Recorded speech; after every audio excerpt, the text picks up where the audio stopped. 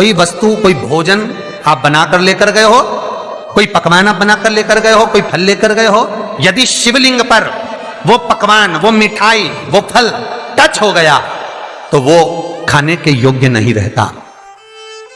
वो घर पर लेकर मत आना, मंदिर में ही छोड़कर। यदि भोजन, पकवान, मिठाई, शिवलिंग यहां पर है और भोजन का भोग तुमने इतनी दूर से लगाया है, फल इतनी दूर रखा है, वो शिवलिंग पर टच नहीं करा गया है, तो उस प्रसाद को, उस फल को आप पा सकते हो, उसको खा सकते हो। पर जो शिवलिंग पर टच हो गया, फिर वो केवल नंदी, श्रृंगी, भृंगी, प्रेतों का, भूतों का, आहूतों का भाग होता है। प्रेत, भूत, आहूतों का भाग, वो फिर खाने योग्य नहीं है। हां, यदि नर्मदेश्वर महादेव हैं, नर्मदा जी के जल से कोई शिवलिंग प्रकट हुआ है, नर्मदा जी के जल से, कोई कंकर से, नर्मदा के जल से अगर कोई शिवलिंग प्रकट हुआ है, उस शिवलिंग की स्थापना कहीं पर है या आपके घर में है, तो उसको कुछ भी टच हो जाए वो पा सकते हो, पर बाकी के शिवलिंग को स्पर्श किया हुआ नहीं पा सकते। केवल एक नर्मदेश्वर महादेव नर्मदा के जल से प्रकट हुए। कई लोग पूछते हैं ये सांप है कौन, ये सर्प है कौन, तो उसको बताओ, ये भगवान शंकर के गले में जो एक सांप पड़ा हुआ है, ये भगवान विष्णु हैं। और शंकर भगवान के सिर पर जो जटा में सांप दिखता है, वो हाथ में सांप बंधे रहते हैं, वो दो हाथों में, कमर पर, सिर पर, केशों पर जो सांप 5 नजर आते हैं, वो तो बताओ, ये शंकर भगवान की 5 लड़कियां हैं, जया, विषहरा, शामली बारी, दो तली और देव। ये 5 लड़कियां भगवान शंकर के इर्द गिर्द घूमती हैं, आस पास भ्रमण करती हैं। सभी ये शिव की बेटियां भगवान शंकर के साथ भ्रमण करती हैं। 5 जया, विषहरा, शामली बारी, दो तली और देव।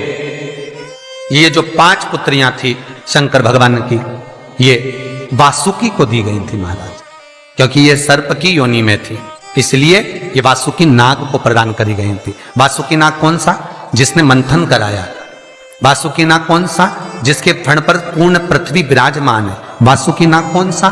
जो निरंतर देवताओं के हित के लिए कार्य करता रहता है।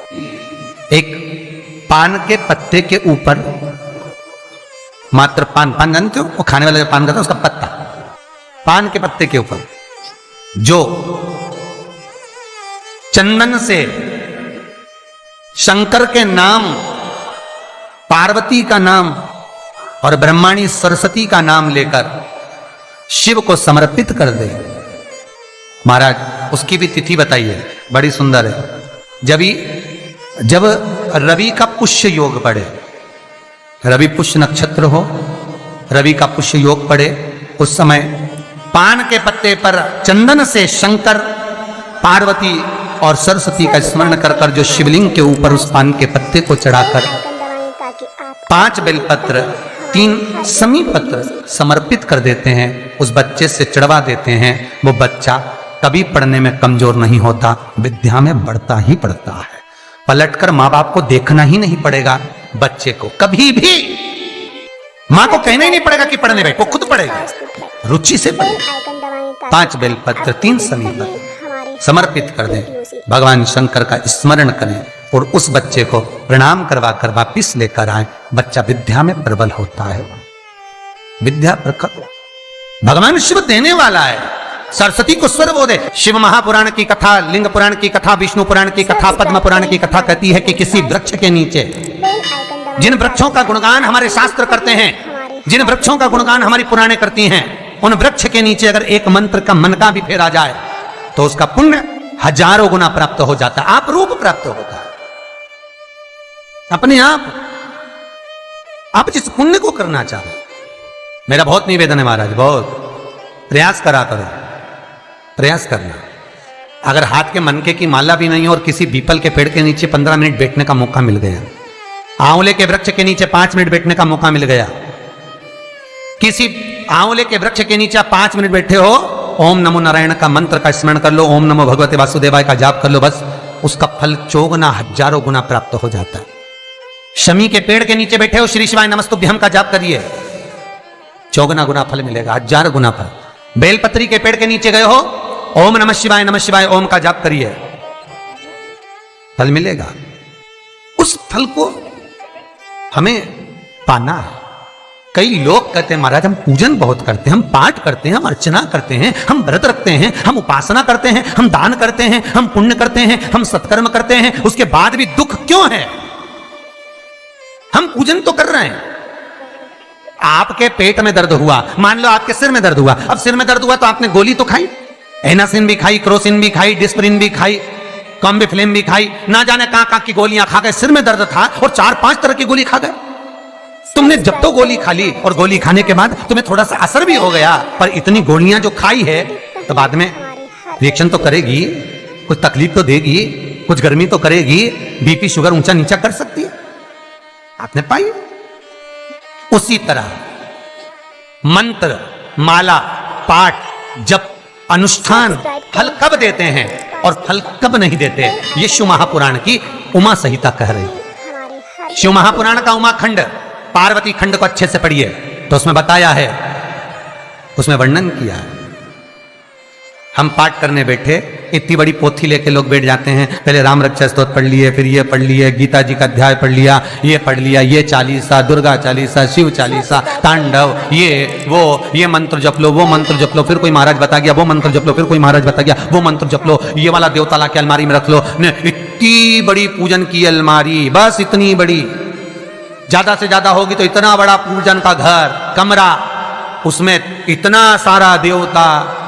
रामेश्वर गई तो उनको ले आई, जगन्नाथ जी गई तो उनको ले आई, द्वारका गई तो उनको ले आई, वृंदावन गई तो उनको ले आई, महाकालेश्वर गई तो उनको ले आई, सारा देवी देवता वहीं बैठा, पितृदेव, ये देव, कुल देवी, शंख देव, घंटी देव, दिया देव, सब उसी में, गणेश जी, शंकर जी, हनुमान जी, राम जी, सब भरा बड़ा। और पूजन करने सुबह से आई, सुबह से इतनी सी शक्कर लाई कटोरी में, इतनी सी शक्कर कटोरी में, भगवान को नहला धुला के कटोरी धर दी। इतनी बड़ी अलमारी में सारा देवता ऐसा कसा कसाया बैठा है, सारा देवता। और तीर्थ करने फिर गई तो गणेश जी शंकर भगवान से बोले पिताजी फिर जा रही है। शंकर भगवान बोले बेटा खसक के बैठो, फिर पकड़ के लाएगी किसी को, खसक के बैठ, फिर लाएगी किसी, फिर ले आई, फिर रख दिया। पूजन करने आई, कलश रख दिया, मंदिर में ही ढुल गया, भगवान पूरा गीला हो गया। गणेश जी शंकर जी से बोले पिताजी पूरा गीला करके चली गई। शंकर भगवान बोले बेटा अब तो कल ही आएगी, दिया लगा के गई, अब तो गीले में बैठो, अब नहीं आने वाली, कल। बहुत ध्यान देना साहब, इस कथा को आपके ऊपर लेकर समझाया जा रहा है, क्योंकि शिव महापुराण की कथा कहती है कि आप जो मंत्र जप रहे हो, आप जो माला जप रहे हो, आप जो साधना कर रहे हो, आप जो पाठ कर रहे हो, वो आप पर असर कर रहा है कि नहीं कर रहा, वो आपको समझना है। राम रक्षा स्तोत्र का पाठ करो तो पहले हनुमान चालीसा पढ़ो, फिर राम रक्षा स्तोत्र करो। शिव चालीसा, दुर्गा चालीसा, गणेश चालीसा, हनुमान चालीसा, गायत्री चालीसा, इन 4-5 चालीसा को एक साथ कभी नहीं पढ़ना। एक चालीसा यदि आपने पढ़ ली है शुरू में, तो पाठ पूरा होने के बाद जब उठने की तैयारी हो तब दूसरी चालीसा पढ़ दो, बाकी की चालीसा भले आप बाद में पढ़, पर एक साथ 4 चालीसा का पाठ नहीं होना चाहिए। महाराज पाठ करने बैठे हो, किसी एक मंत्र की माला जप रहे हो, ओम नमः भगवते वासुदेवाय जपा, या शंकर जी का मंत्र जपा, या गुरु का मंत्र जपा, या ये मंत्र जपा, या वो मंत्र जपा, उस मंत्र को जपने में बीच में कुछ गैप होना चाहिए। एक साथ रट्टा मार पे ओम नमः भगवते, ओम नमः भगवते, श्रीमन्नारायण श्रीमन्नारायण, ओम नमः शिवाय, ओम नमः शिवाय, फिर ये जप लो वो जप लो, और पूरा पाठ सपाट सब खलास, बहुत श्रेष्ठ। कुछ देरी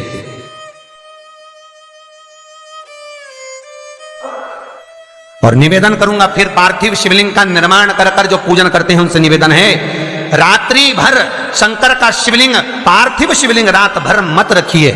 कई माताओं को फुर्सत नहीं मिलती, अभिषेक करवा लेते हैं घर में, कई ब्राह्मण लोग अभिषेक करवा देते हैं, पूजन करवा देते हैं, और शंकर भगवान रात भर बैठे रहते हैं। पार्थिव शिवलिंग रात भर तुम्हारे घर में नहीं होना चाहिए, विसर्जन। केवल एक हड़ताली का तीज का दिन ऐसा होता है जिस दिन पार्थिव शिवलिंग रात भर पूजा जाता है, रात पार्थिव। तो ब्राह्मण श्वेत मट्टी का, क्षत्रिय लाल मट्टी का, वैश्य पीली मट्टी का, और शूद्र काली मिट्टी का शिवलिंग का निर्माण करे।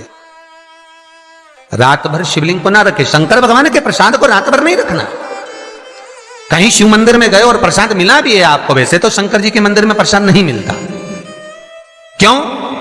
तो लिंग पुराण के अंदर और शिव महापुराण के अंदर वर्णन किया गया कि भगवान शंकर ने नंदी को वचन दिया था, सुनो नंदी। शंकर भगवान से नंदी कहता है हमारा भरण पोषण कैसे हो। शंकर भगवान कहते हैं नंदी, मेरे शिवलिंग पर यदि, कई लोगों को थोड़ा ध्यान दीजिएगा, है बहुत कथा पर बहुत ध्यान देना। शिव महापुराण की कथा है, बार बार ऐसी कथा नहीं मिल सकती आपको। सुनोगे आप अपनी जगह पर, बहुत वक्ता हैं, बहुत प्रेम से बांचते हैं, पर जो कथा रस तत्व से आपको मिल जाए उस श्री शिवाय नमस्तुभ्यं, श्री शिवाय नमस्तुभ्यं, श्री शिवाय नमस्तुभ्यं।